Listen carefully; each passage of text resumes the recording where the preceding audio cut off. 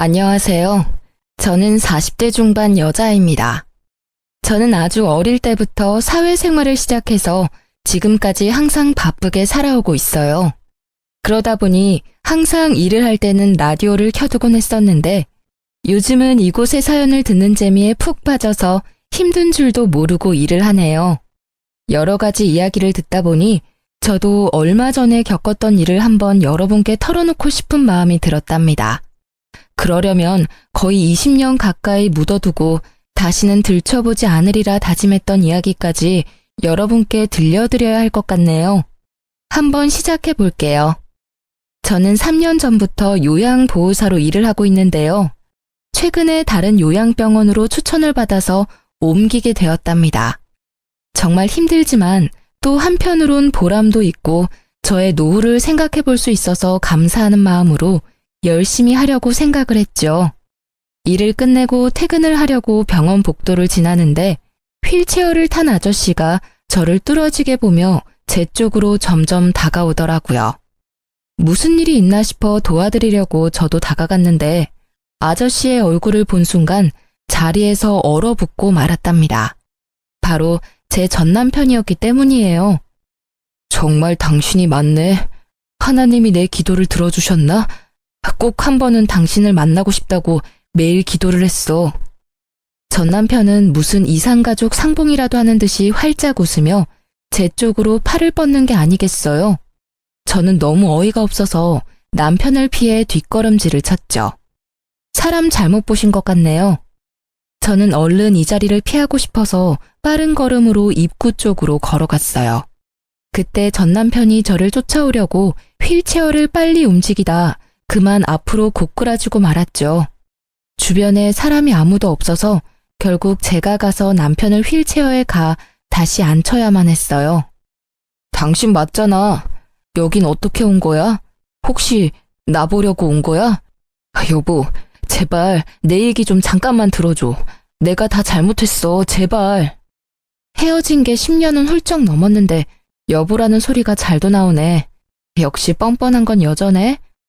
할 말도 들을 말도 없으니까 저리 꺼져. 그렇게 전 남편을 두고 집으로 돌아와 한시름 놓을 수 있었지만 머릿속에서 내내 그 초췌하고 비참한 전 남편의 모습이 계속 생각이 나더라고요. 더불어서 그동안 전 남편 때문에 지옥같이 살았던 제 과거의 비참한 모습도 다시 떠올라 버렸죠. 이번 자리를 통해 다 털어놓고 이제 제발 모두 잊고 살고 싶은 마음이에요. 전 남편과의 악연이 시작된 건 20대 후반쯤이었어요. 저는 고등학교에 들어가자마자 단둘이 살던 아버지가 돌아가셔서 친척 집을 전전하며 학업을 마쳐야만 했어요. 그때 서러워서 흘린 눈물을 합친다면 한강도 모자랄 거예요. 저는 돈을 벌어야겠다는 생각으로 고등학교 졸업하자마자 대기업의 생산직으로 들어가서 일을 하기 시작했죠. 3교대를 해서 밤낮이 바뀌고 몸이 너무 힘들었지만 그만큼 점점 늘어나는 월급을 보며 하루하루 버틸 수 있었답니다. 그렇게 8년 가까이 일을 하니 어느새 선임이 돼서 한결 여유로워지더라고요. 어느 날 같이 일하는 친한 언니가 말을 하더라고요. 내가 매주 롤러스케이트 동호회 나가는데 같이 가볼래? 넌 맨날 일만 하고 사니? 바람 좀 쐬고 남자도 좀 만나고 그래야지. 얼굴도 이쁜 게. 내 처지에 무슨 남자야. 난 열심히 돈 모아서 내 힘으로 아파트 살 때까지 남자 안 만날 거야. 그러지 말고 이번에 한강 가서 탈 건데 같이 가자. 너 한강도 한 번도 안 가봤지? 저는 그렇게 언니 손에 이끌려 처음으로 동호회를 가봤네요. 신입이라 그런지 많은 회원들이 저한테 관심을 가져서 좀 부끄러웠는데 그 중에서도 눈에 띄게 잘생긴 남자 한 분이 보이더라고요. 역시나 여러 명의 여자들에게 둘러싸여 있어서 인기가 참 많은가 보다 했죠. 그런데 어느새 그 남자가 제 옆으로 다가와서는 롤러스케이트가 서툰 저를 가르쳐주고 알려주더라고요. 그렇게 대화를 나누게 되었고 매주 동호회에 갈 때마다 그분과 둘이 산책을 하며 롤러스케이트를 타는 날들이 이어졌죠. 저희는 그렇게 동호회 내에서 공식 커플이 되었고 2년의 시간을 연인으로 지냈답니다. 저는 처음 하는 연애여서 그런지 모든 게 새롭기만 했고 남자친구에게 그야말로 푹 빠져서 지냈던 것 같아요. 어느 날 남자친구가 저에게 반지를 불쑥 내밀더라고요. 우리 결혼하자. 난 일찍 결혼해서 너 닮은 딸 낳고 안정적으로 살고 싶어. 자기, 내 사정 잘 알면서 그래? 자기는 서울에 있는 대학교도 나왔고 지금 회사도 꽤 좋은 곳이잖아. 자기 가족이 나를 받아들이겠어? 나도 너랑 크게 다르지 않아. 홀어머니와 둘이 살고 있고 아직 회사 다닌 지 얼마 안 돼서 너보다 월급도 훨씬 적잖아. 네가 어디가 어때서? 자기 말 들어보면 어머님이 자기에 대한 기대가 크신 것 같은데 부모님도 없는 내가 마음에 드실 리가 없잖아. 난 반대하는 결혼 하고 싶지 않아. 우리 그냥 이대로 만나기만 해. 무슨 소리야. 난 너랑 연애만 하려고 만나는 거 아니야. 진지하게 만나고 있고 나도 많이 생각해서 결혼하자는 거야. 넌 나만 믿고 따라오면 돼. 저는 결혼을 원하지 않았지만 남자친구가 강하게 밀어붙여서 점점 남자친구와의 미래를 꿈꾸게 되고 행복한 가정을 꾸리고 싶다는 마음이 생기더라고요. 외로운 제 삶에 가족이 생기는 거니까 허락만 된다면 꼭 이루고 싶었죠. 그렇게 남자친구만을 믿고 시무와 처음으로 만나게 되었어요. 주말에 식당에서 만나게 되었는데 저를 보고는 아주 늘씬하고 예쁘다며 마음에 드신 듯한 모습이었어요. 그래서 좀 기대를 했었는데 곧 제 집안 사정과 직업을 들으시고는 얼굴이 구겨지시더라고요. 사실 내가 우리 아들 결혼은 생각해보지도 않아서 좀 당황스럽네.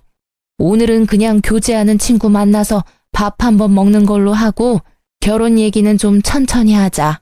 아참, 내가 이 근처에서 약속이 있어서 금방 일어나야 될 것 같네. 시모는 만난 지 30분도 안 돼서 밥도 제대로 먹지 않고 나가버리더라고요. 엄마가 좀 마당발이시거든. 그래서 약속이 많으셔. 네가 이해해. 다음에 정식으로 인사드리자. 저는 본능적으로 시모가 저를 마음에 들어하지 않는다는 걸 느낄 수 있었어요. 아니나 다를까 다음날 모르는 번호로 전화가 오더라고요. 나 영준이 엄마인데 지금 당장 어제 만났던 그 식당 옆에 커피숍으로 튀어와. 대뜸 전화해서 거칠게 명령하는 식으로 말을 하길래 너무 당황스러웠지만 일단 나갈 수밖에 없었죠. 시모는 나이답지 않게 날씬하고 외모를 엄청 꾸미는 것 같았어요. 젊었을 땐 정말 예뻤겠다 싶었고 남자친구의 잘생긴 외모가 시모에게 물려받은 것 같았답니다. 시모는 저를 보자마자 무슨 벌레를 보듯이 인상을 팍 쓰더라고요. 쓰잘데기 없는 인사는 건너뛰고 본론만 말아마. 당장 우리 아들한테서 떨어져라. 네? 그게 무슨 말씀이세요? 헤어지란 말씀이신가요? 머리가 돌대가리야? 한 번에 말귀를 못 알아들어? 니까지 게 감히 우리 아들하고 결혼을 한다고? 용기가 가상한 건지 무식한 게 용감한 건지. 너 고등학교 간신히 졸업하고 공장에서 일하는 공순이라며? 네, 제가 집안 사정이 좋지 않아서 일찍 돈을 벌었어야 해서요. 하지만 저 지금 연봉도 높고 관리직으로 승진도 했어요. 그런다고 공순이가 뭐 전문직이라도 돼? 영원한 공순이지. 가정 형편이야. 나도 우리 아들 혼자 키웠으니까 크게 상관 안 하려고 했어. 그래도 너무 키우는 거 아니니? 우리 아들 그 잘난 외모에 학벌에 직업에 뭐가 모자라서 너까지 거랑 결혼을 시켜야 돼? 우리 아들한테 줄 서는 애들이 한둘이 아닌데 네가 뭔데? 저 혼자 열심히 살아왔고 이런 말 들을 만큼 잘못한 것도 없고요. 저도 이 결혼 안 하겠습니다. 이만 가볼게요. 저는 악소리를 질러대는 시모를 뒤로하고 냉정하게 나와버렸어요.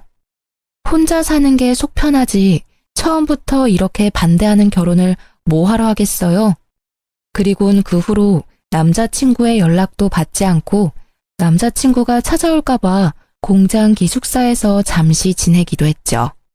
그러자 남자친구는 같이 동호회에 나가는 언니의 도움을 받아서 저한테 계속 연락을 하고 기숙사로 몰래 들어오기까지 했답니다. 제가 무수하게 헤어지자고 밀어냈지만 남자친구는 제가 사는 집에 들어와서 같이 살기까지 했고, 저도 사랑하는 사람을 더 이상 밀어낼 힘이 없었죠. 거기다가 남자친구가 밀어붙여서 얼떨결에 혼인신고까지 하러 가게 되었어요. 혼인신고를 했다는 걸 알게 된 시모가 저희 둘을 집으로 부르더라고요. 철없는 10대도 아니고 어떻게 혼인신고를 덜컥 할 수가 있어? 네가 제정신이니? 엄마가 그렇게 말도 안 되는 반대를 하는데 어떡해? 나는 이 사람이랑 같이 살 거니까 엄마가 양보해. 아유, 내가 너 때문에 환장한다. 어쩜 그렇게 다혈질이 네 아버지를 빼닮았니? 그래, 혼인신고까지 했다니 어쩌겠니? 대신 결혼식은 나중에 하고 일단 너는 이 집에 들어와서 살아라. 이 집에요? 셋이 살기엔 너무 좁은데 불편하지 않으시겠어요? 내가 불편할 게 뭐 있어? 네가 들어와서 하는 거 봐서 결혼식을 하든 나가서 둘이 살던 하게 할 거니까 들어와서 한번 지내봐. 네, 알겠어요. 제가 어머님께 잘할게요. 지켜봐 주세요. 저는 제가 남편에 비해 많이 기운다는 걸 잘 알고 있으니 시집살이를 해서라도 시모에게 인정을 받고 한 가족이 되고 싶은 마음이 컸어요. 그래서 바보처럼 그 좁은 집으로 들어가서 함께 살게 되었죠. 저는 3교대로 일을 해서 밤새 일을 하고 아침에 들어오는 달도 있었지만 힘든 내색하지 않고 매일 아침마다 따뜻한 밥과 국을 새로 해서 아침상을 차렸어요. 지금 생각하면 참 바보 같고 쓸데없는 짓이었지만 그때 당시에는 그렇게 매일 밥을 해서 남편을 먹이는 것도 행복했고 매일 하면 언젠간 시모도 저를 인정해 줄 거라는 희망이 있었던 것 같아요. 혼자 살다 보니 사실 요리를 잘하는 편은 아니었지만 시모가 가정교육도 못 받았다는 말을 하지 않도록 주변 언니들한테 물어보고 배워서 매일 다른 반찬을 만들려고 노력했었죠. 남편도 처음엔 감동하고 고마워하더니 시간이 지날수록 아침상을 받는 걸 당연하게 생각하는 것 같았어요. 나중엔 반찬이 허술하다고 저를 타박하기도 했었으니까요. 그뿐만 아니라 청소며 빨래며 모두 제 차지였고 퇴근하고 집안일까지 하면 매일 자정을 넘겨서야 쉴 수 있었어요. 시모는 비교적 젊었지만 아무런 일을 하지 않았는데 뭐가 그리 바쁜지 매일 약속 있다고 나가더라고요. 제가 들어오기 전까지는 어떻게 집안일을 한 건지 단 한 번도 도와주지도 않았죠. 혼자 살 때는 일만 하고 나머지 시간은 혼자 쉬면서 저만의 일상을 보냈는데 결혼을 하고 나니 제가 모든 집안일을 떠맡아서 너무 힘들고 피곤했어요. 하지만 제가 자발적으로 시집살이를 하겠다고 기어들어왔으니 누구에게 하소연을 할 수도 없었고 제 가슴만 썩어 문드러져 가고 있었답니다. 결혼한 지 얼마 되지 않아 시모는 저한테 매달 용돈을 달라고 요구하기 시작했죠. 네가 우리 아들보다 돈도 더 잘 번다며? 말로만 하면 뭐해? 며느리가 돼서 시어미 용돈도 안 챙겨주니? 이렇게 못 배운 티를 내니?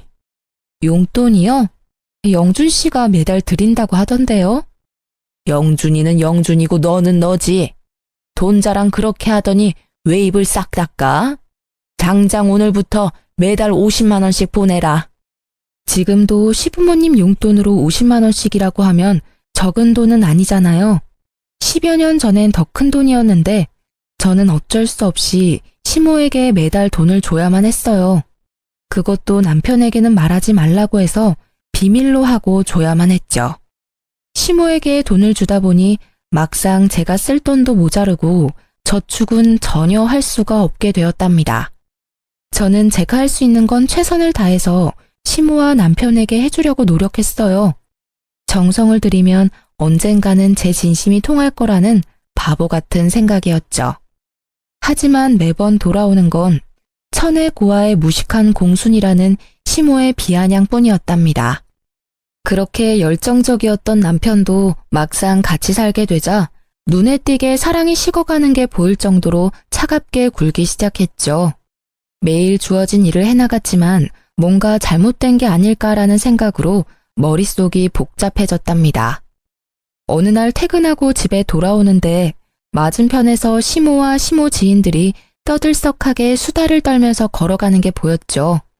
저는 반가운 마음에 시모에게 종종 걸음으로 다가갔는데 저를 발견한 시모가 정색을 하더니 저를 모르는 척 쓱 지나가 버리는 거 있죠. 저는 너무 황당해서 점점 멀어지는 시모만 넋놓고 바라볼 수밖에 없었어요. 기운이 빠져서 힘없이 집에 들어오니 먼저 와 있던 시모가 저한테 물건을 막 던지며 소리를 지르는 게 아니겠어요? 너는 거기가 어디라고 감히 아는 척을 하려고 해? 너 때문에 얼마나 시겁했는지 알아? 그럼 어머님 봤는데 인사 안 하고 지나쳤으면 또 한 소리 하셨을 거 아니에요. 제가 어떻게 해야 되는데요?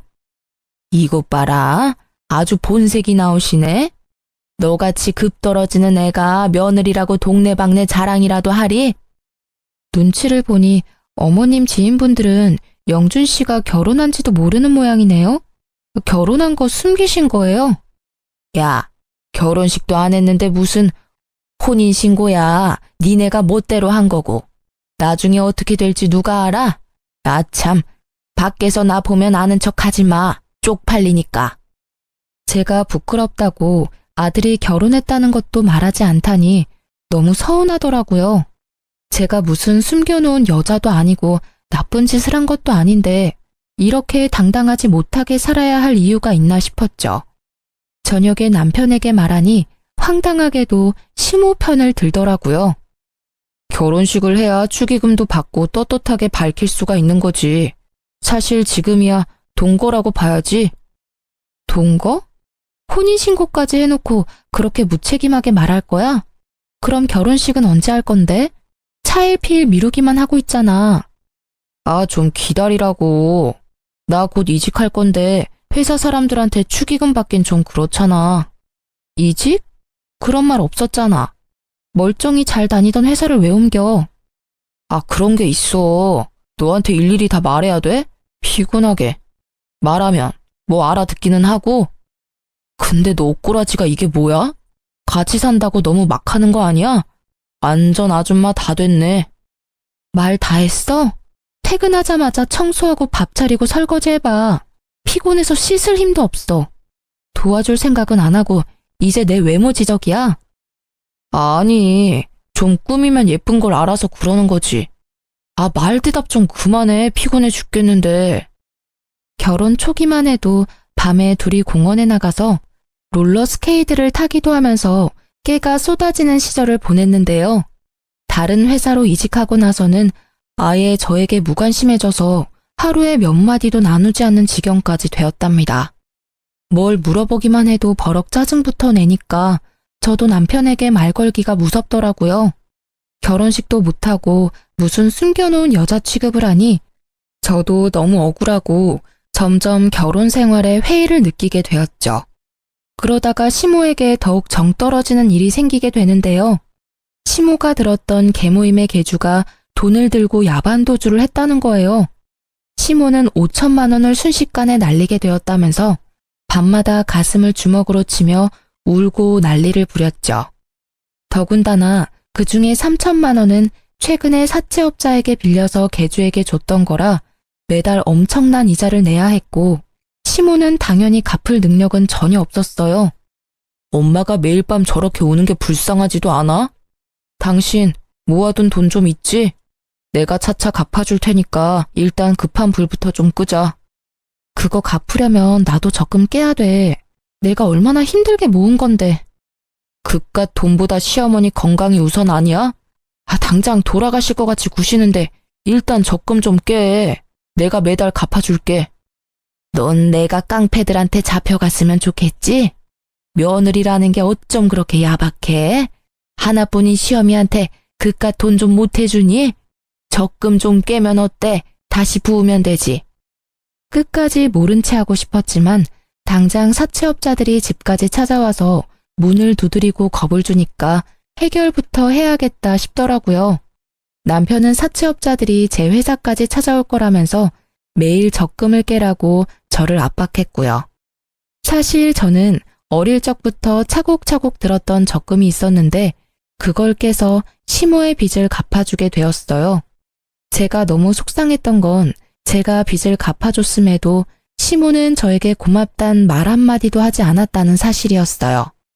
제가 피땀 흘려 모은 돈을 가져갔으면서도 마치 당연하다는 듯이 구는 모습에 정말 정이 확 떨어져 버리더라고요. 그동안 시모에게 인정받으려고 애썼던 순간들이 모두 부질없이 느껴졌죠. 사실 아무도 저를 잡지 않는데 저만 이 집에서 나가버리면 두 사람과의 인연은 바로 끝나버릴 수 있을 것 같더라고요. 그런 고민을 하는 와중에 저에게 소중한 생명이 찾아오게 되었답니다. 너무나 갑작스러웠지만 남편은 제가 임신했다는 걸 알고 무척 기뻐하더라고요. 예전처럼 다정한 남편의 모습으로 돌아온 듯했고 살뜰히 저를 챙겨주기 시작했어요. 그걸 보는 시모는 영 못마땅한 표정이었죠. 거기 바닥이 더러우니까 엎드려서 박박 걸레질 좀 해라. 저 물건들 좀 들어서 집 밖에다가 쌓아둬라. 어머니, 초기엔 쪼그려 앉거나 무리하면 안 된대요. 이따가 영준 씨 오면 시키세요. 그거 잠깐 드는 건데 뭐가 어렵다고 유세야? 누구네 안 낳아봤어? 그런 걸로 잘못되려면 안 낳는 게 낫지. 빨리 안 옮겨? 시모는 제가 임신 초기일 때 집안일을 더 시키고 무거운 걸 자주 들게 하면서 저를 더 괴롭히더라고요. 그땐 막연히 임신했어도 봐주지 않는다고만 생각했는데 지금 생각해보면 아기를 원하지 않아서 잘못되게 하려고 했던 것 같아 소름이 끼치네요. 저는 건강하게 아기를 낳고 싶어서 회사도 휴직했고 제 돈으로 맛있는 거 사 먹어가면서 아기를 지켜나갔어요. 그렇게 남편을 닮아 코가 오똑한 아들을 품에 안을 수 있었답니다. 아들을 낳고 품 안에 처음 안아본 날이 제 인생에서 가장 행복한 날이었어요. 그동안 시모와 남편에게 철없고 서운했던 건 모두 잊고 아기와 함께 한 가족으로 잘 살아보려고 다짐도 했었죠. 그렇게 집에서 아기를 돌보는데 빌라가 너무 좁아서 거실에서 아기와 생활하다 보면 물건들이 가득 차서 발 디딜 틈도 없더라고요. 화장실이 너무 좁아서 아기 욕조 놓고 목욕시키기도 너무 힘들었어요. 남편은 새로 이직한 회사 일로 바빠서 매일 밤 늦게 들어왔고 시모는 단 한 번도 육아를 도와주지 않았어요. 정말 매정할 정도로 아기 얼굴도 잘 쳐다보지 않더라고요. 아무리 제가 미워도 자신의 손주한테까지 이렇게 정이 없을 수가 있는지 기가 찼죠. 어머니, 저 잠깐 밥 좀 먹게 아기 좀 봐주실 수 있을까요? 혼자 잘 누워있고만 뭘 봐? 애 앞에 두고 밥에 국 말아서 후루룩 마시면 되지. 요즘 영준 씨도 매일같이 늦게 들어와서 저 혼자 하루 종일 아기를 보려니 너무 힘들어서요. 저 씻은 지도 며칠 됐어요. 잠깐만 좀 봐주세요. 네 애를 네가 봐야지 왜 나한테 봐달래? 내가 언제 손주 낳아달라든? 네가 좋아서 낳은 걸 가지고 왜 나한테 떠넘겨? 나 나가야 돼. 비켜. 아무도 도와주는 사람 없이 하루 종일 아기와 씨름하려니 정말 미쳐버리겠더라고요. 그나마 믿을 사람은 남편뿐인데 남편은 밤에 아기가 울어서 짜증이 난다면서 어느 날부턴 외박까지 일삼기 시작했죠. 주말에 저는 새벽부터 일어나서 아기를 보고 있는데 남편은 태평하게 늦잠을 자는 걸 보니 부하가 치밀어 올라 남편을 흔들어 깨웠어요. 주말엔 아기 좀 봐야지 언제까지 잘 건데 내가 얼마나 힘든 줄 알아? 나 혼자 애 만들었어. 아빠라는 인간이 어쩜 그렇게 애를 쳐다도 안 봐. 당신은 귀찮다고 외박하고 다니고 도대체 어디에 있다 오는 거야? 아, 정말 귀찮게. 일하다가 늦어지면 외박도 하는 거지. 너 지금 일 안 하잖아. 그럼 네가 애를 보는 게 맞는 거 아니야? 그래, 이렇게 나온다 이거지. 오늘 당신 일 안 하잖아. 그럼 당신이 애 보면 되겠네. 저는 남편에게 아기를 안겨버리고 지갑만 챙겨서 집을 나와버렸어요. 남편이 계속 전화를 해댔지만 다 무시해버리고 하루를 여관에서 혼자 보냈죠. 오랜만에 혼자 있으니 몸은 참 편했지만 아기가 걱정이 돼서 마음이 너무 불편했어요. 결국 다음날 오전에 집으로 들어갔죠. 집 안으로 들어가자 시모가 우는 아기를 안고 어쩔 줄 몰라 하고 있고 남편은 아기가 토한 우유를 닦고 있더라고요. 저를 발견한 시모가 악을 쓰면서 저에게 아기를 거칠게 넘겨주었답니다. 무식해도 정도가 있지. 어디 베어먹지 못하게 애를 두고 나가? 너 때문에 내가 얼마나 고생을 했는지 알아? 아우, 삭신이야. 야, 이러고도 네가 엄마냐? 애를 버리고 나가? 너 진짜 무서운 애였구나. 오히려 잘 됐어. 어젯밤 덕에 너랑 갈라서야겠다는 확신이 들었다. 당장 헤어지자. 뭐? 헤어져? 고작 하루 애 두고 나갔다고 이혼을 하자고? 제정신이야? 너나 애나 다 지겨워. 집에 들어오는 게 지긋지긋해. 애초에 너는 나랑 급이 안 맞는 애였어. 내가 뭐에 씌었었나 보다. 이제야 네가 제정신으로 돌아왔구나. 그러게 엄마가 계속 말했잖아. 쟤는 아니라고. 애까지 낳고 이게 뭐니? 저는 분노가 치밀어 올라서 주체가 안 되더라고요. 저는 남편의 뺨을 사정없이 세게 내리쳤어요. 지금 말 다 했어? 내가 지금까지 어떤 마음으로 견뎠는데. 뭐? 급이 안 맞아? 네가 얼마나 대단한데 나한테 그딴 말을 해? 이게 미쳤나? 누굴 때려? 잔뜩 흥분한 남편이 신발장에 있던 롤러스케이트를 저한테 던졌어요. 단단한 바퀴가 제 머리를 강타했고 저는 비명을 지르며 손으로 머리를 감쌌죠. 그때 손에서 축축한 느낌이 들어서 손을 보니 피가 잔뜩 묻어나왔어요. 찢어진 이마가 아픈 것보다 남편과 저를 이어주었던 롤러스케이트에 얻어맞은 제 모습에 가슴이 무너져 내리더라고요. 시모는 벌써 나가버려서 자취를 감췄고 남편은 제 피에 놀랐는지 주춤대다가 그대로 현관문을 열고 나가버렸답니다. 아기는 얼굴이 벌개져서 악을 쓰며 울고 저는 피를 철철 흘리며 남편이 나간 현관문을 뚫어지게 노려보았어요.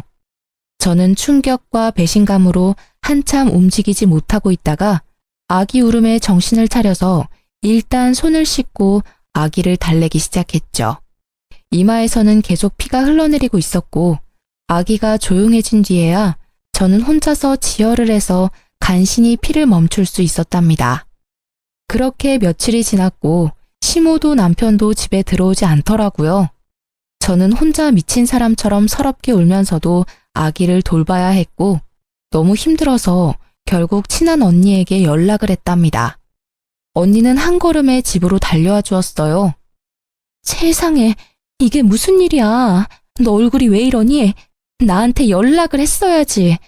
아니, 그 나쁜 자식이 밖에선 그렇게 착한 척을 하면서 널 이렇게 만들었단 말이야? 언니, 나 아직 병원에도 못 가봐서 병원 좀 갔다가 남편 좀 만나고 올게. 그동안 우리 애기 좀 봐줄 수 있어? 당연하지. 너 밥은 먹었어? 세상에, 피죽도 못 얻어먹은 것처럼 삐쩍 말라서는. 이런 몸으로 애기한테 계속 젖을 준 거야? 이 미련한 거사. 언니는 냉장고에 있던 재료로 죽을 만들어서 억지로 저에게 먹였죠. 저는 언니 덕에 병원에 가서 찢어진 이마 치료를 받고 남편의 회사로 찾아갔답니다. 제가 건물 앞에 도착했을 때 마치 짠 것처럼 남편이 그 앞에서 고급 승용차에서 내리더라고요. 남편이 문을 열어두자 고급 투피스를 빼입은 여자가 미소를 지으며 내렸어요. 그리곤 둘이 다정히 팔짱을 끼고 여자는 남편의 어깨에 얼굴을 기댄 채 건물 안으로 걸어 들어가는 게 아니겠어요? 저는 달려가서 남편의 어깨를 붙잡았답니다.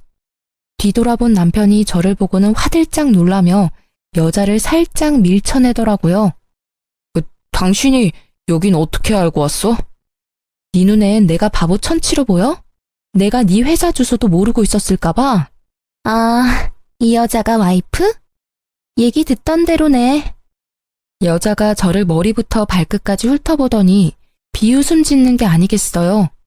저는 분노와 수치심이 밀려와서 몸이 부들부들 떨려왔답니다. 이 여자는 뭐야? 너 바람펴? 그래서 이혼하자는 거였어? 이 인간 말종 같은 자식아.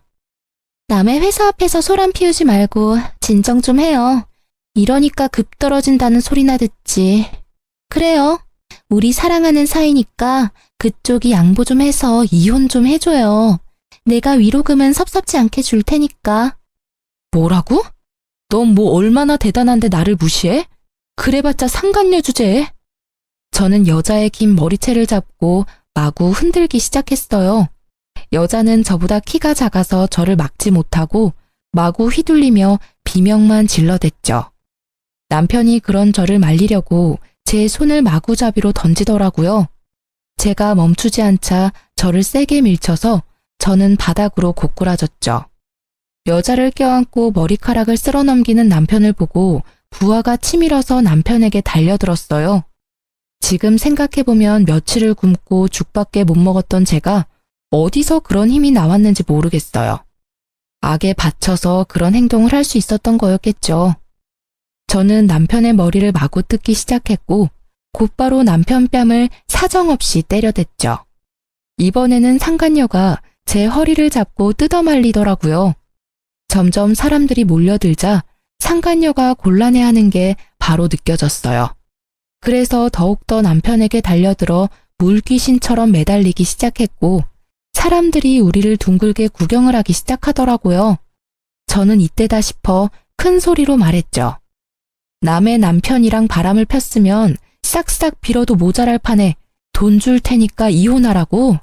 그래, 어디 한번 얼마를 줄지 기대하고 있을 테니까 보따리로 한번 싸갖고 와봐.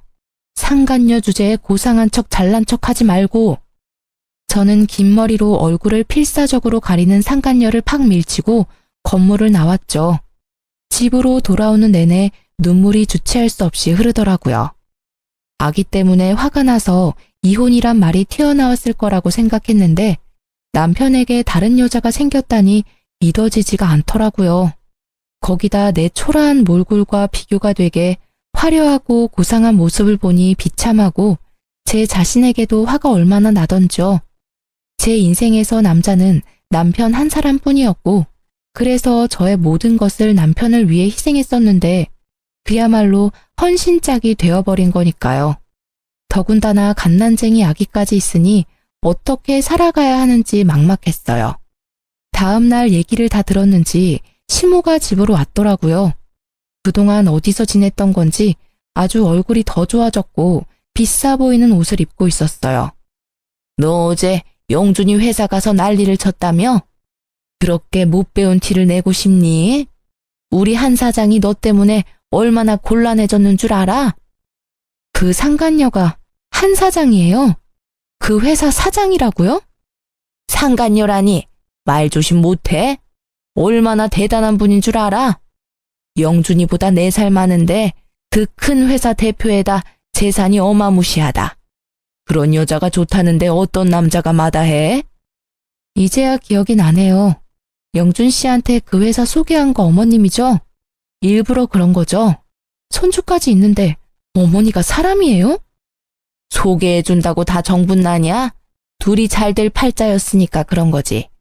더 말할 거 없고 이렇게 된 거 한 사장이 두둑히 챙겨준다고 할 때 이혼해. 애랑 살려면 돈이 있어야 할 거 아니야. 현실적으로 생각을 좀 하라고. 그래도 어머니 손주인데 어쩜 그렇게 정이 없으세요? 이혼하면 다신 손주 안 보실 거죠? 어차피 재혼하면 자식이야 또 생길 텐데 지금 정리 안 하면 나중에 분란만 생긴다. 네가 원해서 낳은 애니까 네가 키워라. 나나 영준이는 미련 없으니까 친권이며 양육권이며 싹 다 네가 가져가고 이혼만 해줘라. 육아하느라 정신이 없어서 남편이 했던 말을 흘려들었었는데 이제야 기억이 나더라고요. 그동안 남편이 자기 회사 대표가 대단하다면서 칭찬을 많이 했었고 저랑 비교도 많이 했었거든요. 저는 당연히 남자일 줄 알고 신경도 안 썼는데 그 상간녀였던 거죠. 시모는 어떤 모임에서 상간녀를 알게 됐는데 상간녀가 몇 년 전에 이혼을 했다는 걸 알고 남편을 그 회사로 이직하라고 계속 꼬드겼던 거죠. 시모의 소원대로 얼굴이 반반한 남편에게 상간녀가 관심을 갖게 됐고 결국 넘지 말아야 할 선까지 넘어버리게 된 것이었고요. 시모는 이 집을 나가서 상간녀가 마련해준 아파트에서 호의호식을 하며 지내고 있었던 거죠. 그러니 제가 얼마나 눈의 가시처럼 여겨졌을까요? 제가 순순히 이혼 안 하면 어쩔 건데요? 돈에 눈이 돌아서 아주 쥐도새도 모르게 어떻게 해버릴 것 같네요. 내가 누구 좋으라고 이혼을 해요? 이혼 안 하면 마음 떠난 남편 붙들고 내 구박받으면서 계속 이렇게 살 거야? 애를 생각해서라도 잘 생각해라. 한 사장 마음 바뀌기 전에. 이번에는 급에 맞는 며느리 얻으셔서 아주 좋으시겠네요. 대단한 며느리 모시고 어디 한번 잘 살아보세요. 어머님이 제 눈에서 피눈물 나게 했으니까 어머니도 언젠가 피눈물 흘리면서 후회할 날이 올 거예요. 내가 눈 똑똑히 뜨고 지켜볼 거고요. 저는 그 길로 아기를 데리고 그 집을 나와버렸답니다. 시모 말대로 이미 끝난 인연을 아기 때문에 미련하게 붙잡고 있기도 싫었고 남편이나 시모 얼굴도 다시는 보고 싶지 않을 만큼 끔찍했거든요. 합의 이혼하고 확정이 된 날에 참 어이가 없는 게 셋이 살던 그 좁은 빌라 명의도 제 이름으로 바꿔주고 상간녀가 바로 1억을 입금해 주더라고요. 돈을 막 써도 될 만큼 많아서 그런 건지 아님 그만큼 남편에게 빠져서 그런 건지는 몰라도 저는 20년을 벌어도 못 모을 돈을 한 번에 보내주니 참 기가 막혔답니다. 너무 원통하고 분하고 제 지난 시간이 후회되었지만 아기와 살 길이 막막했기에 그 돈을 받을 수밖에 없었어요. 저는 셋이 살던 그 빌라가 치떨리게 싫어서 바로 팔아버리고 그 돈과 1억을 합쳐서 서울의 아파트를 구입해서 아기와 둘이 살아가게 되었답니다.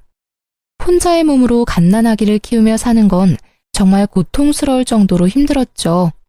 저는 잠깐씩만 일할 수 있는 식당 아르바이트를 해서 돈을 벌다가 아기가 유치원에 다닐 수 있게 되자 좀 숨통이 뛰어 작은 건설 회사의 경리로 일을 하기 시작했어요. 사무직 경력이 없던 저는 야근까지 해가면서 열심히 일을 배워서 6개월이 지나서부터는 사장님의 인정도 받게 되었고 5년 동안 그곳에서 일을 했죠. 그리고 거래처 직원이었던 지금의 남편과 안면을 트고 점점 친해지게 되었는데요. 몇 번의 데이트를 하고는 저한테 프로포즈를 하더라고요. 우리가 만난 지는 얼마 안 됐지만 사실 전 오랫동안 지켜보고 있었어요. 우리 처지가 같은데 같이 살아봅시다. 내가 원희 씨 노후 남부럽지 않게 책임질게요. 너무 이른감이 있다고 생각했지만 지금 남편은 사별을 해서 아들 한 명을 키우며 살고 있어 처지가 비슷해서 더욱 정이 갔답니다. 한 번의 아픔이 있었지만 듬직한 남편을 한 번 더 믿어보기로 하고 용기를 내서 재혼을 하게 되었죠. 지금은 두 아들과 남편과 함께 행복한 가정을 이루어 살고 있답니다. 내 가족을 만들고 싶다는 저의 바람이 드디어 이루어진 것이죠. 남편은 기술직이라 연봉이 높은 편이고 제가 예전에 사놓은 서울의 아파트의 월세만으로도 일을 안 해도 될 정도인데요. 저는 평생을 일을 해서 그런지 전업주부로 사는 게 오히려 더 힘들더라고요. 그래서 요즘 많이 한다는 요양보호사 자격증을 따서 요양병원에서 일을 하게 되었답니다. 어디서나 성실하게 일을 하기에 이번에도 인정을 받아서 다른 요양병원으로 더 좋은 대우를 받고 옮겨보기로 한 거였는데요. 그곳에서 생각만 해도 치가 떨리는 전 남편을 만나게 된 것이었죠. 제가 전 남편을 보고 너무 충격을 받았던 건 전 남편이 두 다리가 없다는 사실이었어요. 그런 모습을 하고 있으리라곤 상상도 하지 못했었는데 말이죠. 두 다리가 없는 전 남편을 부축해서 휠체어에 앉히고 나니 무릎이 덜덜 떨리더라고요. 그런 제 표정을 읽었는지 전 남편이 황급하게 말을 해나갔죠. 당신한테 못할 짓을 해서 내가 벌을 받았어. 당신이랑 이혼하고 그 여자랑 바로 결혼식을 했어. 어머니 소원대로 대단하게 치렀지. 신혼여행 다녀와서 새벽에 공항에서 집으로 올 때 크게 사고를 당했어. 그때 두 다리를 잃었지. 당신이 얼마나 그리웠는지 몰라. 나랑 이혼한 순간부터 그쪽이랑 나는 남보다 못한 사이예요. 그쪽이 어떻게 되든 아무 관심이 없다고. 전 남편은 초췌한 얼굴로 눈물을 절절 흘리면서 팔을 연신 제 쪽으로 뻗어대더라고요. 저는 그 모습조차 소름이 끼쳐서 계속 한 발짝씩 뒷걸음질 쳤어요. 당신도 내가 싫지?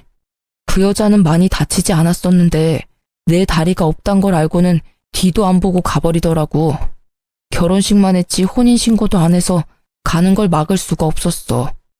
그 후로 어머니가 내 기저귀 갈아가며 간병하시느라 고생 많이 하셨는데 작년에 갑자기 뇌출혈로 돌아가셨어. 그래서 요양원으로 들어온 거야. 태어난 손주 기저귀 한 번도 안 갈아주더니 다리 잃은 아들의 대소변을 받아가며 간병했었다는 시모야말로 자업자득이라 해야 할까요? 저는 더 이상 전 남편과 마주하고 싶지 않아 서둘러 현관으로 발걸음을 옮겼어요. 전 남편이 저를 따라오면서 계속 불러대더라고요. 여보, 잠깐 기다려줘. 할 말이 있어. 제발. 우리 아들은 지금 어디 있어? 내가 매일 우리 아들 생각하며 울다 잠들어. 우리 아들 얼굴 한번 볼 수 있을까? 내 소원이야. 내가 왜 그쪽 소원을 들어줘야 돼? 그리고 당신이 나랑 아기를 버린 이후로 당신 아들은 이 세상에 없는 거야. 다시는 우리 아들이란 말 짓거리지 마. 매일 당신이랑 우리 아들만 생각하며 살았어. 언젠가 다시 만날 수만 있다면 당신에게 벌인 짓을 용서를 빌고 싶었어. 여보, 미안해. 제발 용서해줘. 다시 날 받아줄 순 없을까? 용서 좋아하네. 다리까지 잃었으면 사람이 될 만도 한데 예전이나 지금이나 어쩌면 그렇게 이기적이야? 내가 아직도 너만 바라보고 사는 등신인 줄 알아? 난 진작에 재혼해서 지금 남편이랑 행복하게 살고 있어. 넌 평생 네가 만든 지옥에 갇혀서 잘 살아봐. 저는 전 남편에게 차갑게 쏘아붙이고 병원 문을 나섰어요. 이참에 병원도 그만두고 좀 쉬어야겠다고 마음을 먹었죠. 병원 밖 주차장에서 지금의 남편과 학교를 마친 아들들이 웃으며 손을 흔들고 있더라고요. 저는 혹시나 전 남편이 볼까 무서워 병원 쪽을 뒤돌아봤는데 아니나 다를까 저를 찾으려고 전 남편이 휠체어를 끌고 밖으로 나오더라고요. 저는 승용차 쪽으로 달려가서 얼른 아들을 차에 타게 하고 급하게 차를 출발시켰답니다. 영문을 모르고 급하게 운전하는 남편과 무슨 일 있냐고 묻는 아들들의 물음에 차마 대답할 수가 없더라고요. 그렇게 헤어지고 마지막으로 전 남편을 마주쳤고 그 후론 보지 못했죠. 어릴 때부터 외로운 인생을 살았던 제가 갓난아기와 함께 버려져서 또다시 혼자 이 세상의 풍파를 겪어내야 했을 때 정말 이 세상에 대한 끈을 놓아버리고 싶었던 적이 한두 번이 아니었는데요. 그 아픔을 다 견딜 수 있었던 건 저의 하나뿐인 아들 덕이었죠.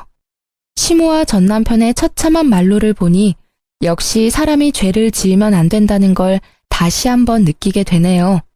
그리고 그동안 저의 아픔도 어느 정도 보상을 받은 기분이 들어요. 이번에 제 이야기를 털어놓은 것을 시작으로 전 남편에 대한 건 모두 잊어버리고 지금의 남편과 두 아들과 함께 지지고 볶으며 행복하게 살아볼게요. 여러분도 항상 행복하시길 바라면서 이야기를 마치겠습니다. 감사합니다.